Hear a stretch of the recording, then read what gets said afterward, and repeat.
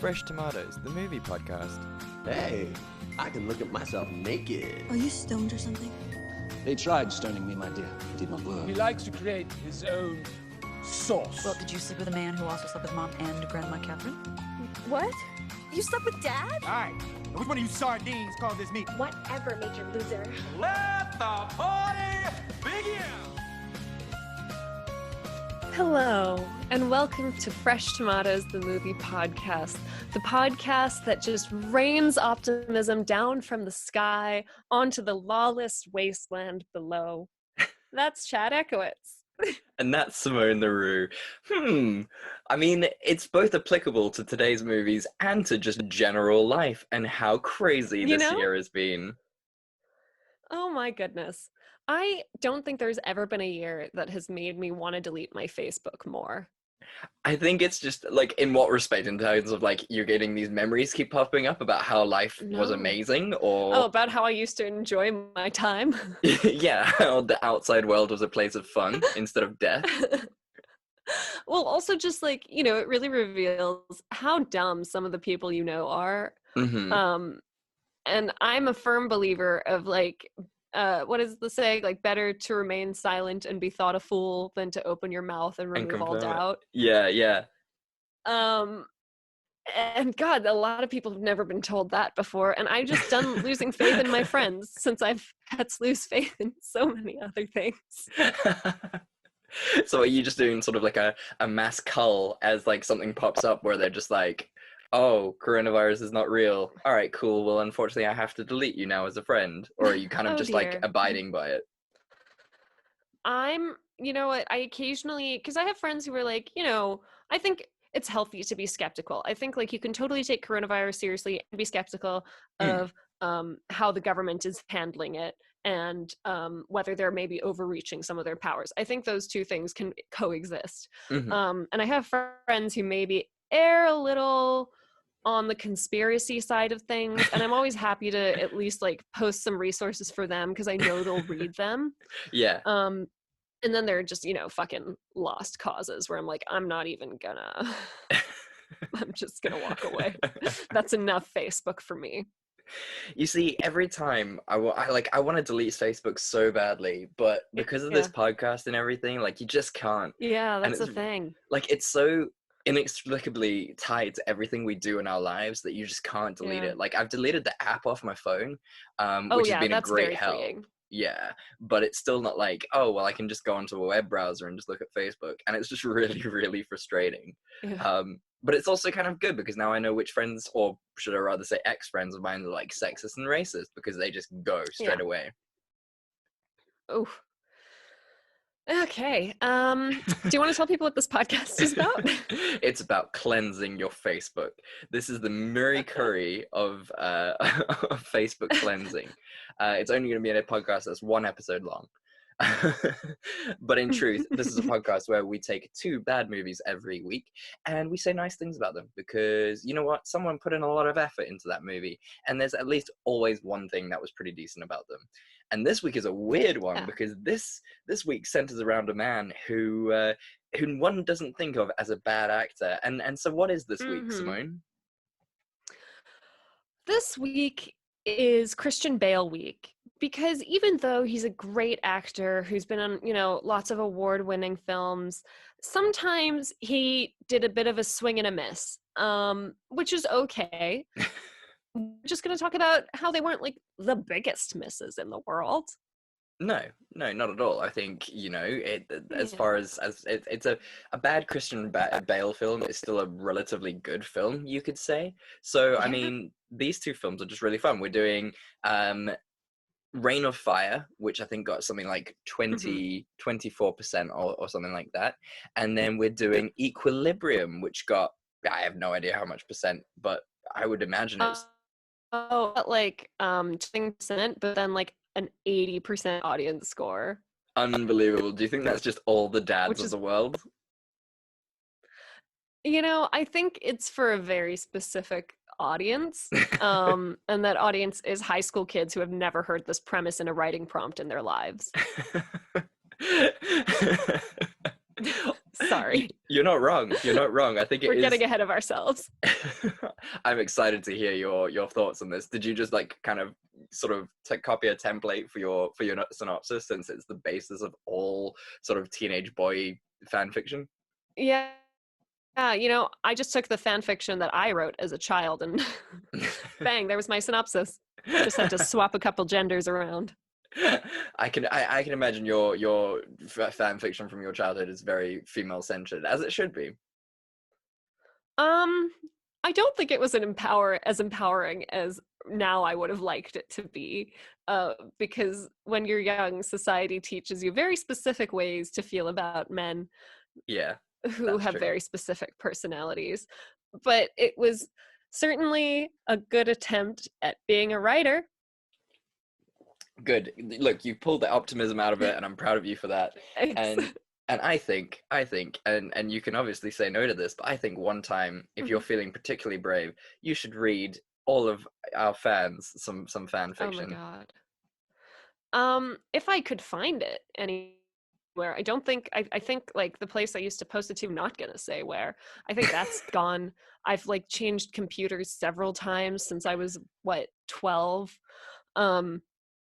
But you know what? If I find it, I will read it, measure the amount of cringe, and go from there. If people are interested in my poetry that I wrote when I was young, they can read a very creepy poem or hear me read a very creepy poem in last year's Halloween Spectacular from Robots Radio. Yes, and it was a bloody good poem. It was very creepy, and sort of very on brand for you. I was such a creepy 10-year-old. I really do feel sorry for my parents. Hey, I feel. I mean, how could you not feel sorry for anyone's parents? I mean, we're really a mess of a generation. Yeah. And talking of messes of a generation, what are you drinking? I am drinking a water. Oh, sensible. Because I forgot that we actually have like our last bottle of wine in the fridge, and I was supposed to drink it for this podcast, so I did not pour it. So it's just hydration station for me. I'm proud of you. Just get those electrolytes, get that hydration in you, that H2. Yeah. Oh my god, you're looking fantastic. Thank you. I'm really trying to hydrate. Winter dries my skin out so much, so. Awful times. And what are you drinking? I have gone back to the Gallaroo, which is a premium lager, and it's delicious. It's very crisp and lovely, and it's sort of reminiscent of a Stella, but it's just kind of nicer in a weird way. It's not as gassy. Okay. It sounds delightful. Yeah, and it comes in at a cool 48%. 48%? Good lord, that's a crazy beer. 4.8%. But I mean, I would love to find a beer that did 48%. That would be insane. Oof. Could you imagine? It would taste horrific. It really would destroy the hops. So I guess I get to go first this week. Yeah. Very Tell exciting me times. all about Reign of Fire, Chad. I'm so ready. Blow me away. I love this film so much. I watched it a good sort of 6 or 7 times. I love this film. Okay. I'm excited to hear you tell me why. Ooh, let's just burp that out. The year is out. The year is 2020, and after all the shit that we've been through already this year, I wouldn't be surprised if this movie comes true, because in the soon but not too fictional universe, dragons have taken over the world. In the early 2000s, a young boy named Quinn, played by Ben Thornton, goes to visit his mother on a digging site. She's a foreman for some mining company. As he arrives, one of the miners says that they dug through this weird cavern. For some reason, Quinn goes down to the cavern and wakes up a dragon. Over the next 20 years or so, dragons have pretty much wiped out the entire human race. Back to 2020, and Quinn, now played by Christian Bale, is running his own compound in a castle, trying to keep everyone safe and alive with his best buddy Creedy, played by Gerard Butler. His theory is that the dragons are now starving because they've pretty much killed and eaten everything and everyone. So if they can just survive, the dragons will go back into hibernation and they can start to rebuild. One day, out of nowhere, some tanks rock up at the castle. They're being led by an American by the name of Denton Van Zandt, played by Matthew McConaughey. They need shelter and provisions to repair their artillery, and then Van Zandt says he will leave Quinn and his people in peace.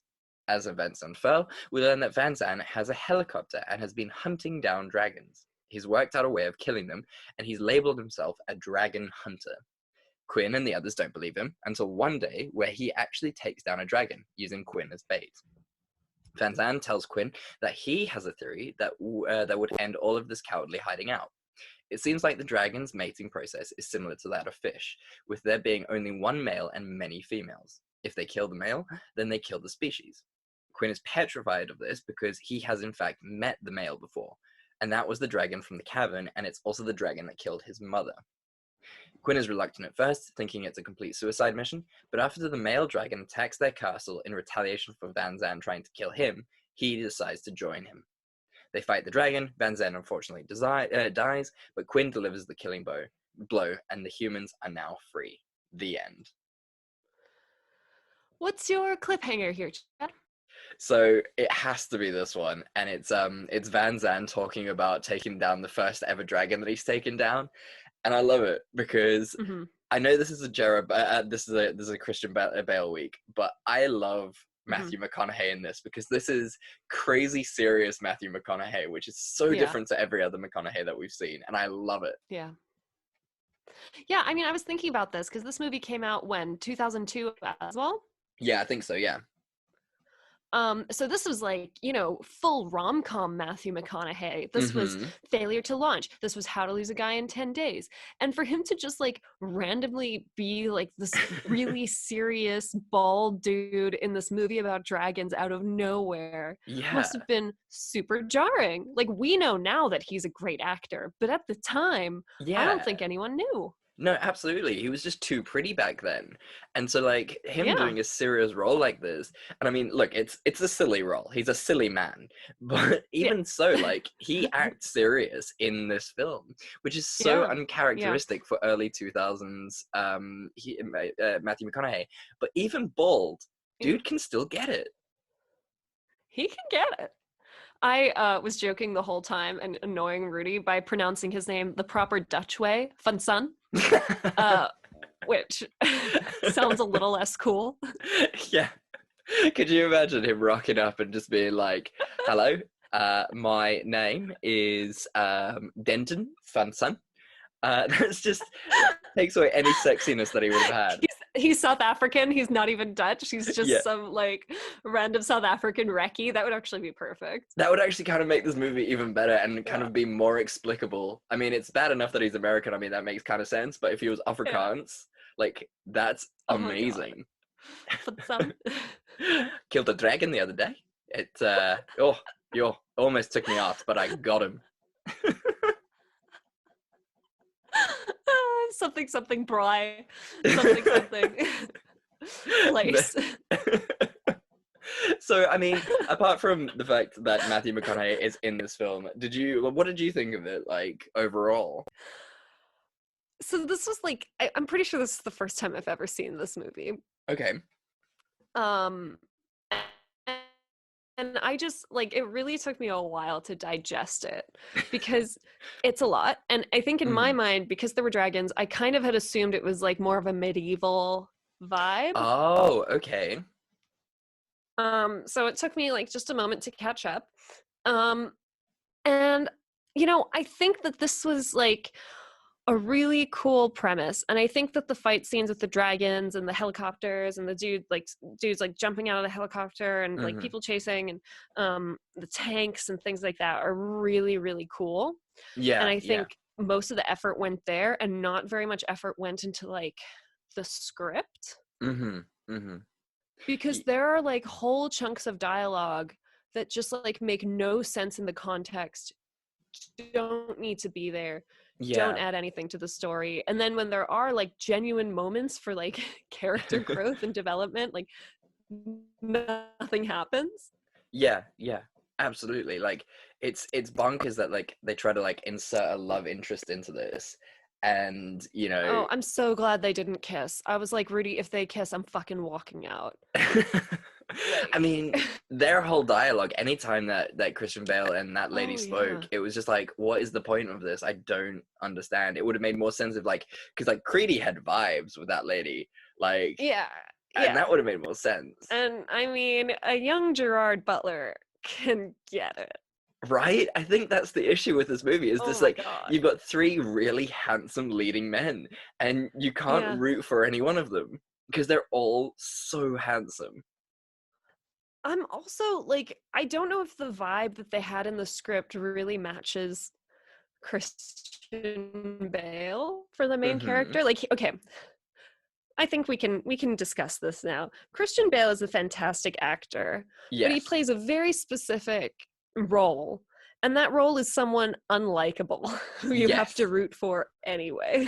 Yes.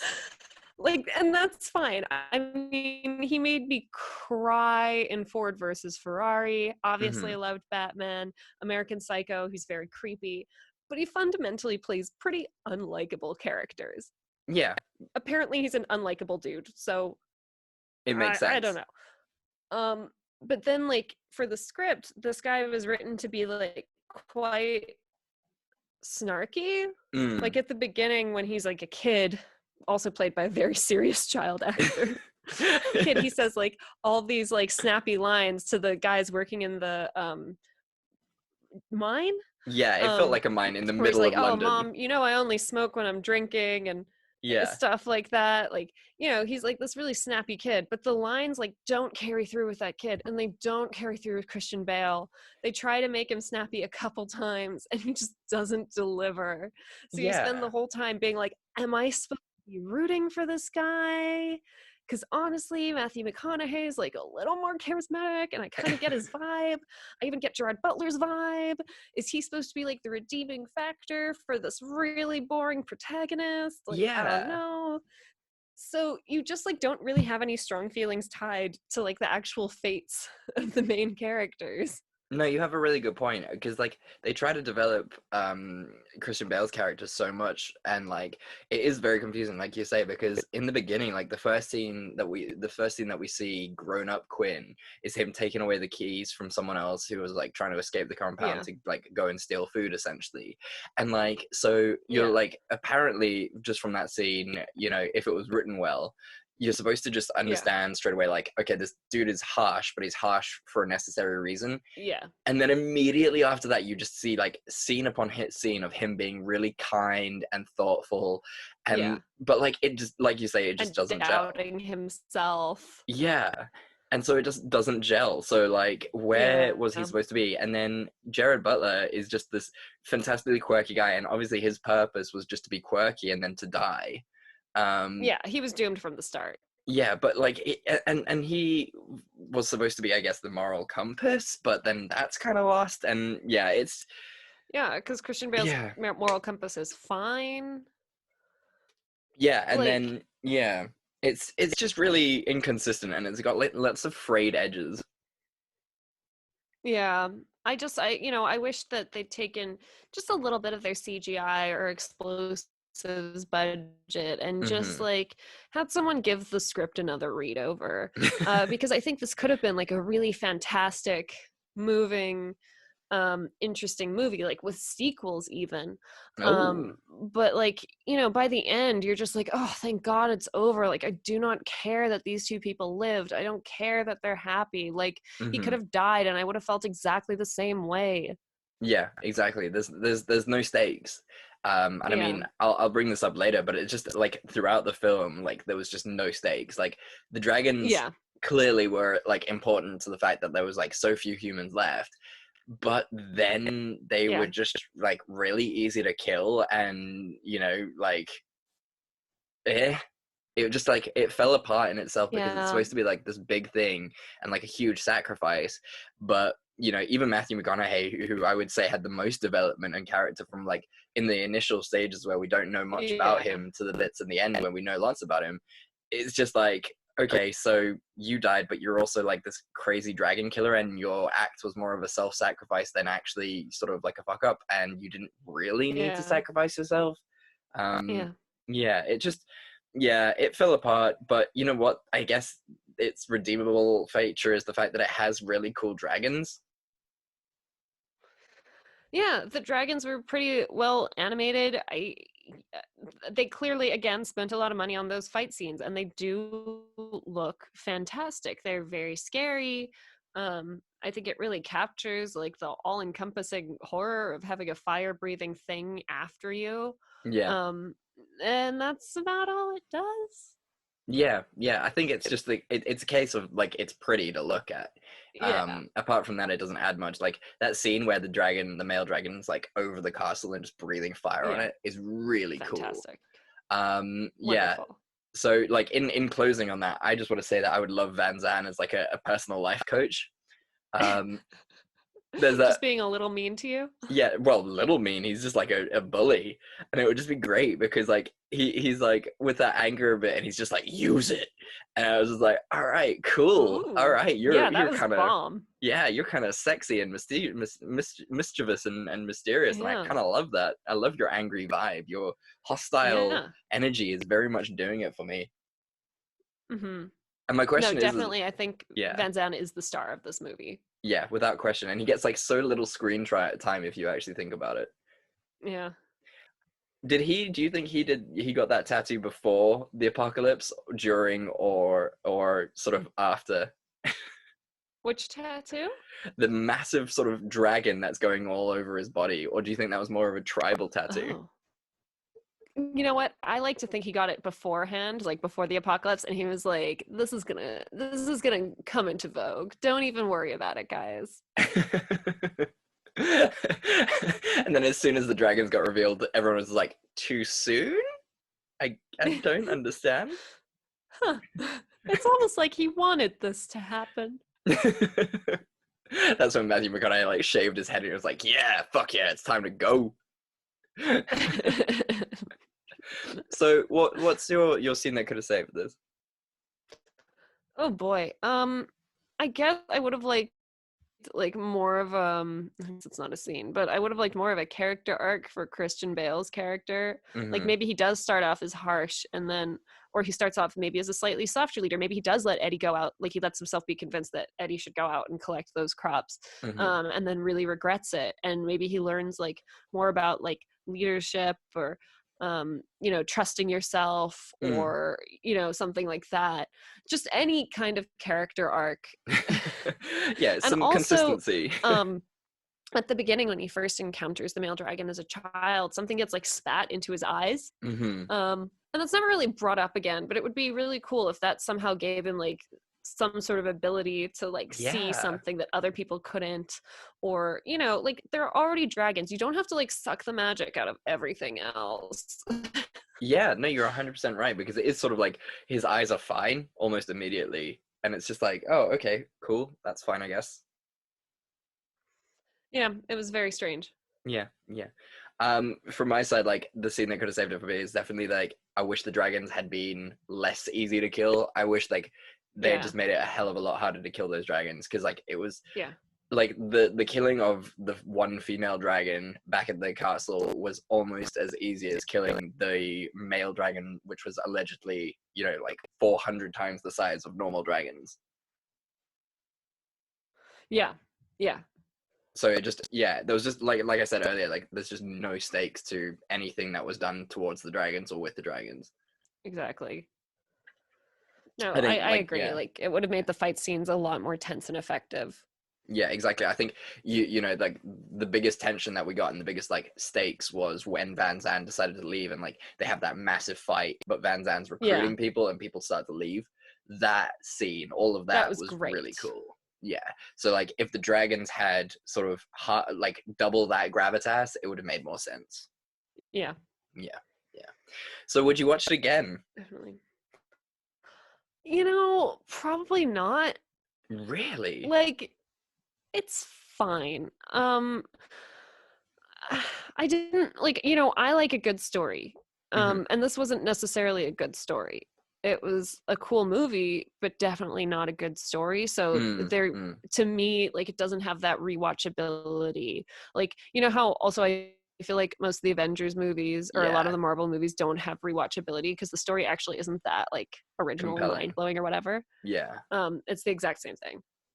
You're 100% right, and I think that's a really interesting point that you've made there, is that like there is, and I think people confuse this quite often, is there's a difference between a good movie and a good story, and like a lot of the time they coincide, but this is one of the times, and like with all the Marvel films, that they're good movies, but they're bad stories. Yeah. And that's a really like nice dichotomy that you've raised there. Thank That's you. very cool. I just came up with that. It's very, very cool. You see, folks, this is why you listen to this podcast, because you get amazing color commentary like that from little Smoke. nuggets of wisdom. There you go. I mean, we are experts in bad films. We have PhDs in this. If only. I mean, my answer is obvious. It's going to be yes, because like you say, it is a good movie. And I just love the dragons. I love the lead actors. I just thoroughly enjoy all of that. I mean, it will take me some time to watch it again. Like, I wouldn't say I would watch it within like the next month or two, but I love the idea of just like, oh, you know what was a good film? Reign of Fire. Let's go back and watch it. And watch it. And then you watch it and you're like, okay, cool. That was fun. I enjoyed that. And I think that the cycle will go on forever and ever. Every 10 years or so. Yeah, exactly. So there you have it, Simone. We've finished a dragon film, the Dragon Christian Bale film. We sure have. So tell me about the gun karate Christian Bale film, please. It's gun kata, so please just be respectful of that. I certainly wasn't calling it gun fu until an hour ago. Gun fu, that's brilliant. Right? But apparently I'm wrong. Gun fu is so much better than whatever it's actually called. Sorry, I just want to get to the page. For some reason I closed it out. That's cool. I think we should do the rest of the podcast with no emotions. Sorry, not no emotions, because apparently there's a difference between no feelings and no emotions. Oh my god. We'll get into this because my job deals with emotions and emotional like decision making and stuff like that, and it might surprise you to learn that they didn't do research that well. They didn't do shit that well. Half the people are smiling the whole time. Okay, here we go. The year is fucking, hang on. Fucking future time. Fucking future time. Okay. I think the year is like, okay. The year is 2072 or around there. We're in the nation of Libria, where there's always peace among men because people aren't allowed to feel things. They take a drug called prosium, which stops your feelings and keeps everyone being calm and not causing any violence or war or anything. Enforcing this is a quote-unquote cleric, played by Christian Bale. It is his job to stop people from feeling emotions. These are people who skip their... Chad, can you just say something quick? Yeah, I'm here. Okay, sorry. I just thought the sound on my side was... I mean, it's a bit laggy, but it's still doing all right. Okay. These are people who skip their prosium doses and start feeling again. They're also people who have held on to various pieces of art, pieces of literature, or just generally anything beautiful that evokes emotion. John Preston, played by Christian Bale, and his partner, Sean Bean, or Partridge, played by Sean Bean, go about burning stuff until one day, John Preston realizes that his best friend Partridge has been hoarding things like books, stuff like that they found on their raids. He confronts him and kills him in cold blood, and he meets his new partner, Brent, played by Taye Diggs. Things start to unravel slowly as Preston skips his first dose of prosium because it falls on the floor. He begins to feel things and think more deeply about what they're doing. He also meets Mary O'Brien. She has been kidnapped and is set for execution. I think they literally call it fire? like extermination or something. Yeah. She also talks to him about emotions and starts working its way in deeper. Basically, it's a whole thing of like him discovering his feelings and how good it feels to feel things. His new partner Brent, is suspicious of him the whole time, even as he like saves puppies and things like that. Eventually it comes to this big showdown. Preston realizes that like the quote unquote father of this nation was actually just like basically a Wizard of Oz situation where he doesn't really exist. He fights the guy, kills him. It ushers in a new dawn, a new revolution of feelings. And that's it. That's the most I can say about that. I would love this because both of our synopses have been so short because these movies are paper thin. So Yeah. tell me, It's not yeah. about the plot. No, it's definitely not. It's about looking at Christian Bale doing fun things. So what is your Yeah. cliffhanger? My cliffhanger is this one, and it is the description of what gun kata is and like how it was developed. And I love this because it talks about like, you know, how they developed gun kata because it's supposed to help you statistically. It's all these moves that are the most likely to disperse as many enemies around you as possible in the quickest amount of time. And then you see them actually doing gun kata and you're like, wait, how is that an efficient movement? Like, how is having one gun upside down over your head in like a kung fu fighting stance more effective? Yeah, exactly. Like it's all insane. Like as a person, because you know this better than most because of your Krav Maga training. Yeah. It's not about sort of big, long, cyclical movements No. like Kung Fu or Tai Chi. It's about going from point A to point B because guess what? Exactly. A straight line is the shortest distance. So it's just insane. That It I is get the the most, point. like, yeah. Yeah, I get the point because yeah, you go. Totally. But it is like the most impractical martial art. And my favorite bit is at one point he's fighting, like he's hitting people with the guns. Yeah. And these little spikes come out the bottom. The spikes are out where the magazine is. How does he change the magazine? It's just every single magazine. Do all the magazines have these spikes? Is there an extra mechanism in there? I have so many questions. I think it has to be a case of every magazine has those extra spikes in them. My issue with the spikes, however, is either they have to be long enough to be effective, and if they are long enough to be effective, because of the fact that they didn't have points, they were like sort of blunt force spikes. Yeah. Then they, if to be effective, they would have to then lodge in the person's skull or body or anything. And it's going to be really tough with the angle of the gun to pull it out and probably not blow, you know, yourself up with the bullet. Also, hitting people with your gun, like you generally don't want to jostle your gun around too much or hit people with it too much because it could like cause a stoppage in the chamber. Right. Which, you know, means you can't shoot next time you try to shoot. Yeah, it's so just in general, it's not, but I think also that fighting style sums up the whole movie because so much about the movie is just about aesthetics and doesn't make sense for the plot at all or practicality. No, it doesn't. Yeah. I think most of this movie and like most of the budget just went purely to aesthetics. Because look, it is a very pretty movie, and we cannot deny that even though a lot of it is just grey, it's still very pretty. Yes, they have this very like austere architecture and concrete and these clothes. I love that whenever there's like a dystopian, unfeeling future, the clothes are vaguely Oriental. Yeah.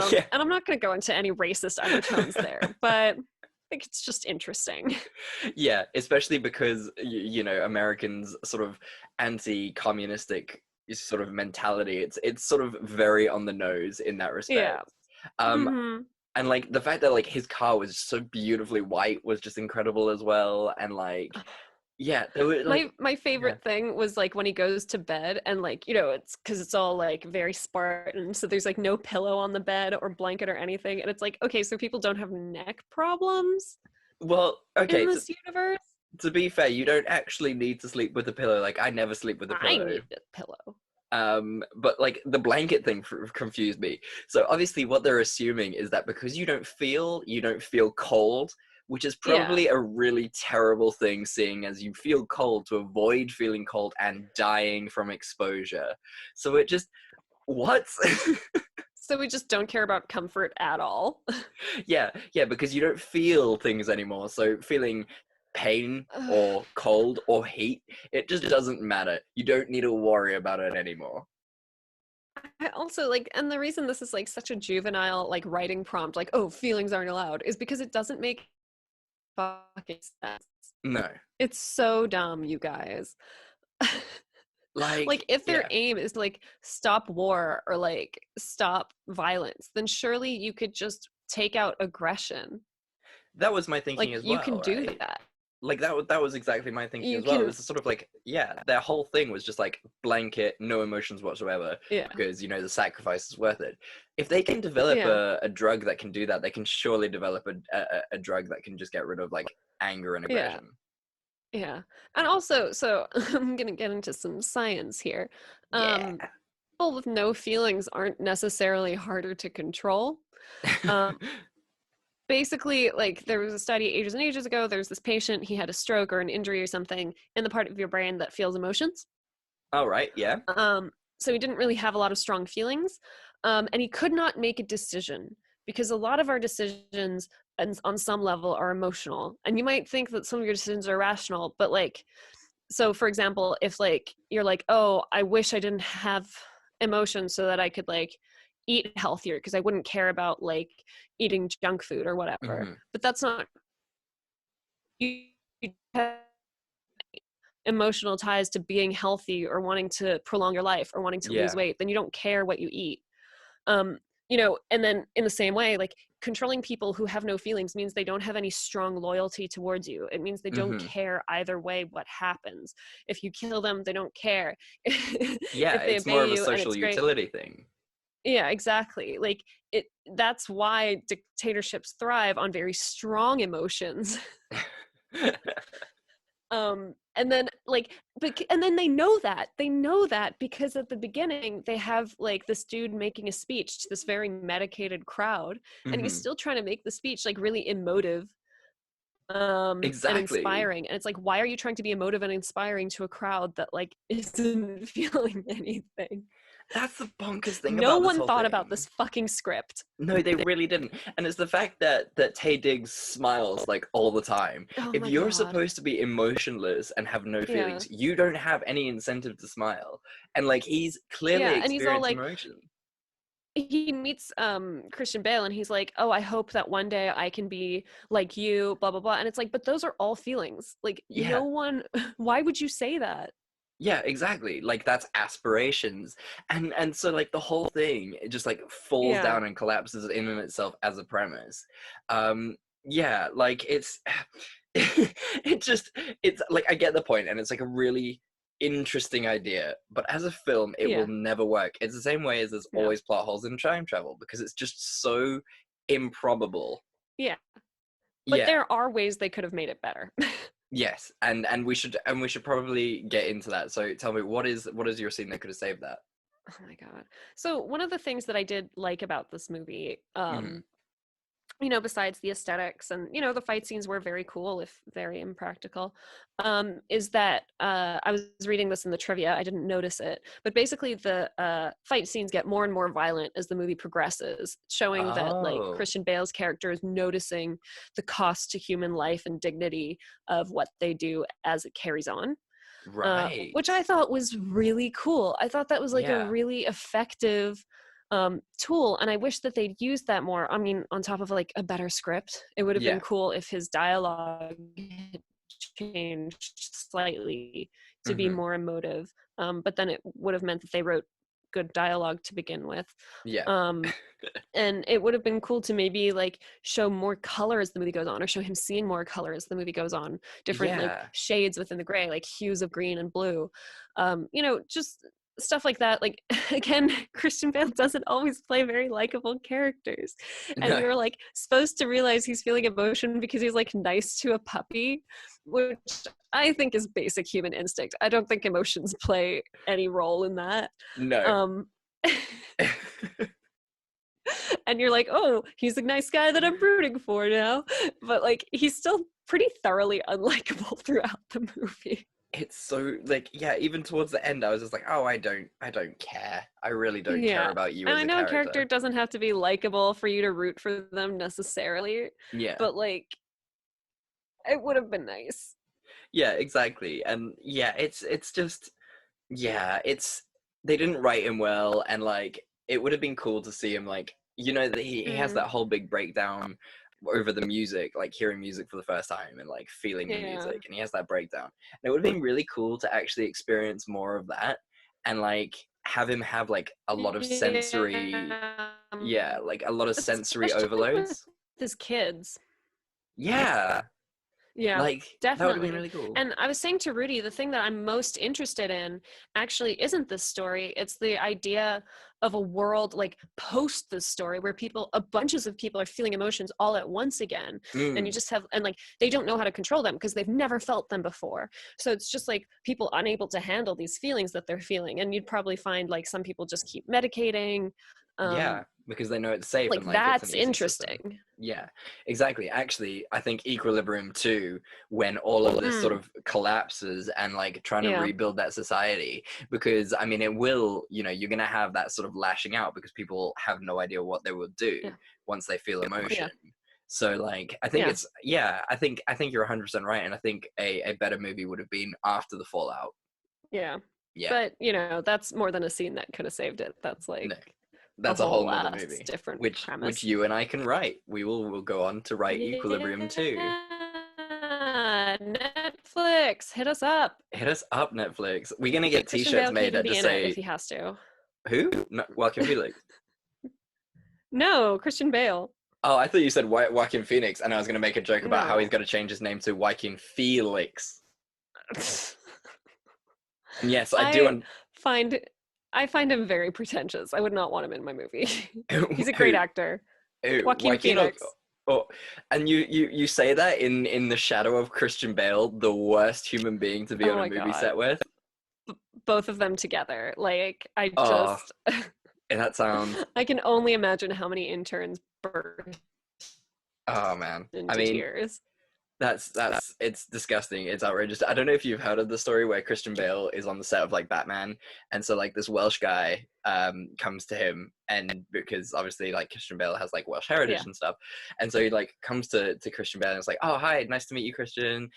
So which village are you from? And Christian Bale just goes, I'm from Gotham. And he's like, oh yeah, Batman.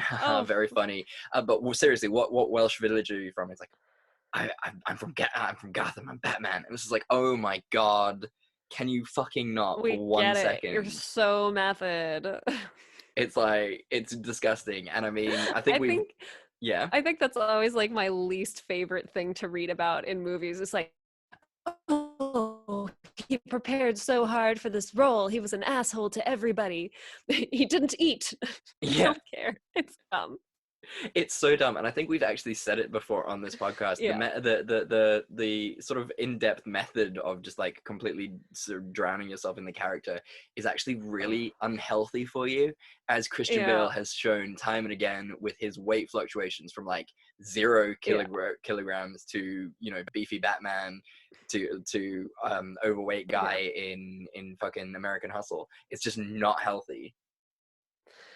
And also I don't care. Like, I don't know why. Like, I really hate when actors ask for snaps for stuff like that, when it's like, but it's your job.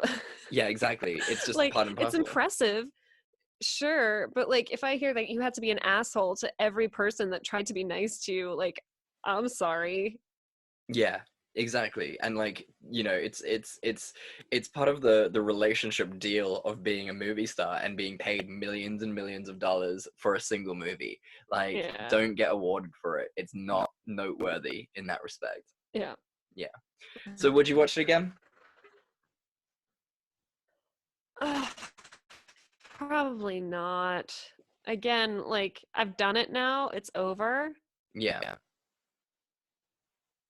I think, again, visually very interesting. I think, you know, it was all about the visuals for this movie. So if you want some like really beautiful shots of architecture and shadows and light and stuff, like, by all means. But otherwise, you can just see this premise in like 10 other movies. Yeah. And they've probably done it better. Mm-hmm.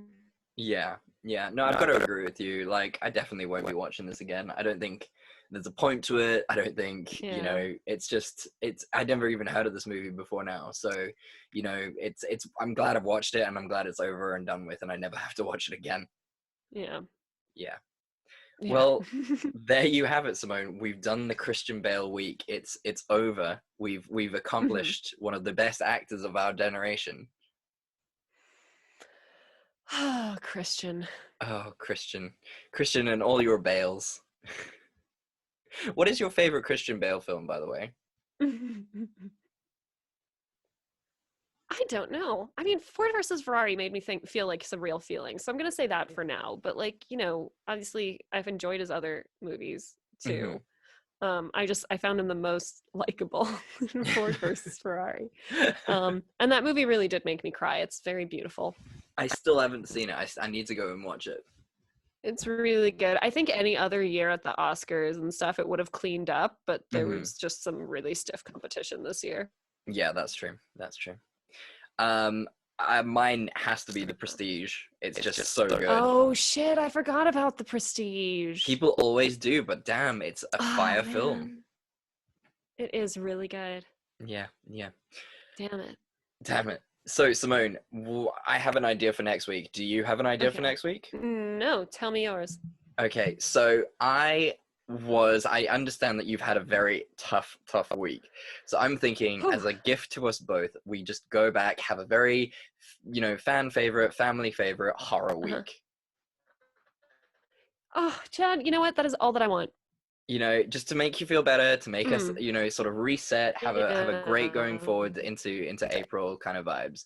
So, sorry, not April. We're going back here. April, May, June. Going into June. Yeah. So I looked at the worst horror movies from 2019, and we have a movie called The Prodigy, which got 43%. I'd never heard anything about it, so I'm very excited for that one. And then we also have Countdown, which we both mentioned on a mini-sode. That's the one with the app. Cole Sprout. Okay. Yeah. Ooh, the sound went so bad there. Those both sound horrible.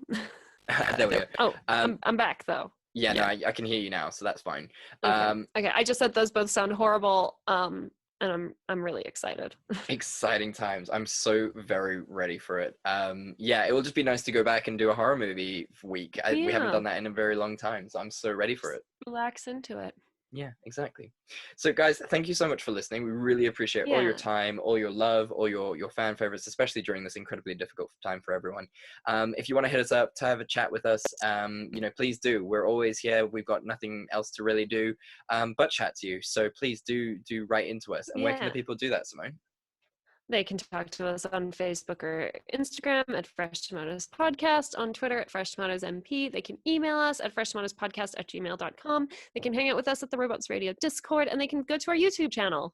Boom, boom, boom. Where sometimes on a Saturday we do live videos. It just depends on the week and what's going on and whether the internet's strong enough. But usually sort of 6 p.m. 1 p.m. EST, 7 p.m. No? Yes, 7 p.m. 6 p.m. my time, 5 p.m. your time. 7 p.m. my time. 7 p.m. your time, South African time, 6 p.m. my time. It's all very confusing. I hate time. We look up the conversion from 1 p.m. EST to your time zone. Yeah, I think that's the best thing to do. Come and join us. It's really, really good fun, and we have a good laugh with our friend Eric from the Nintendo podcast. So that's really fun. And guys, as we say at the end of every week, we love you and there's nothing you can do about it. We love you and there's nothing you can do about it. Goodbye. Bye.